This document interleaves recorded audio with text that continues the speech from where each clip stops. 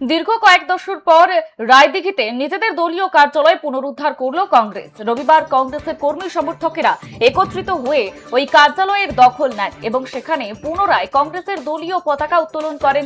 ঘটনাকে ঘিরে এলাকায় ব্যাপক চাঞ্চল্যের সৃষ্টি হয়েছে। কংগ্রেসের অভিযোগ, বহু বছর ধরে তাদের দলীয় কার্যালয় জোরপূর্বক দখল করে রেখেছিল তৃণমূল কংগ্রেসের কর্মী সমর্থকেরা। আর সেই কারণেই এদিন সংগঠিতভাবে কর্মীরা কার্যালয় পুনরুদ্ধারের উদ্যোগ নেন। তবে তাদের দাবি, কোন রকম বাধা বা উত্তেজনা ছাড়াই কার্যালয়ের দখল ফিরে পাওয়া সম্ভব হয়েছে। কার্যালয়ের সামনে জড়ো হয়ে কংগ্রেসের কর্মীরা দলীয় পতাকা উত্তোলন করেন এবং স্লোগান দেন। দীর্ঘদিন পর নিজেদের কার্যালয়ে ফের দলীয় পতাকা উঠতে দেখে কর্মী সমর্থকদের মধ্যে উৎসবের আবহ তৈরি হয়। ঘটনার পর রাজনৈতিক মহলে জোর চর্চা শুরু হয়েছে। যদিও এ বিষয়ে তৃণমূল কংগ্রেসের পক্ষ থেকে এখনো পর্যন্ত কোন রকম আনুষ্ঠানিক প্রতিক্রিয়া পাওয়া যায়নি। রায়দিঘির এই ঘটনাকে কংগ্রেস কর্মীরা সংগঠনের পুনর্জাগরণের প্রতীক হিসেবেই দেখছেন। তাদের বক্তব্য, দলীয় কার্যালয়ে ফিরে পাওয়া আগামী দিনে এলাকার সাংগঠনিক কার্যকলাপ আরো জোরদার করতে সহায়ক হবে।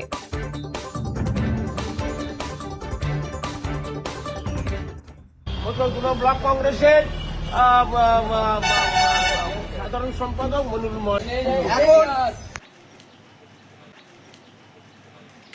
রঞ্জন বাবলি যেখান থেকে এখানে কংগ্রেসের এমএলএ ছিলেন, উনি পার্টি অফিসটা করেছিলেন।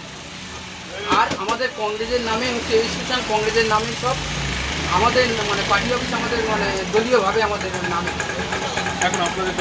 এখন আমরা পুনর্দখল করলাম আজ। আপনার নাম? আমার নাম মোহাম্মদ মনিরুল মোল্লা। কি পদে আছেন? আমি আছি ব্লকের জেনারেল সেক্রেটারি, আর জেলা